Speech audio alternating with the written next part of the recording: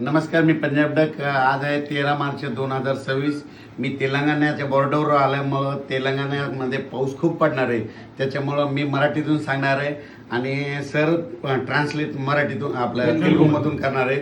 तर मी तेलंगणासाठी अंदाज देत आहे. आज आहे 13 मार्च 2026.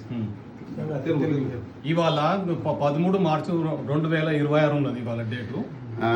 तेलंगणातल्या शेतकऱ्याला सांगू इच्छितो की ఈ తెలంగాణ రైతులకు చెప్తున్నాడు సారు, 16 मार्च पर्यंत तुम्ही तुमचं 16 మార్చి వరకు మీరు మీ పని మొత్తం చేసుకోవాలి. हरभरा असेल, गहू असेल काढून घ्या. శనగ ఇంకా గోధుమ మీ మక్క మీ కళ్ళాలందరినీ అప్పటి వరకు చేసుకోవాలని చెప్తున్నారు సార్. कारण की तेलंगणामध्ये ఎందుకంటే తెలంగాణలో 17 मार्च पासून ते 22 मार्चच्या दरम्यान 17 మార్చి నుంచి 22 మార్చి వరకు पावसाळ्यासारखा पाऊस पडणार आहे. వర్షాలు బాగున్నాయి, దానికోసం తొందర చేసుకోని సార్ చెప్తున్నాడు.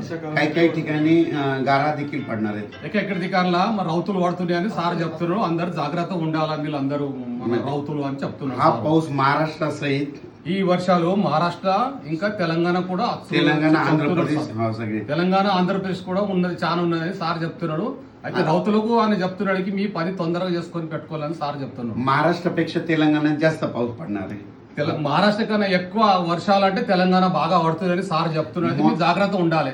म्हणून तेलंगणातल्या शेतकऱ्यांनी आपण आपला మనం అయితే తెలంగాణ రైతులు మీ పని తొందరగా చేసుకొని వర్షాకాలం రాకన్నా ముందు అన్ని పని చేసుకోవాలని సార్ आपण చెప్తున్నారు. आपल्या पिकाची काळजी घ्यावी. మీ అంతా ఈ వర్షాకాలం పడుతున్న చాలా అన్నట్ల మీ పంటకు మీరు శ్రద్ధ చూసుకొని చెప్తుందని సార్ చెప్తున్నాను. धन्यवाद. ధన్యవాదాలు.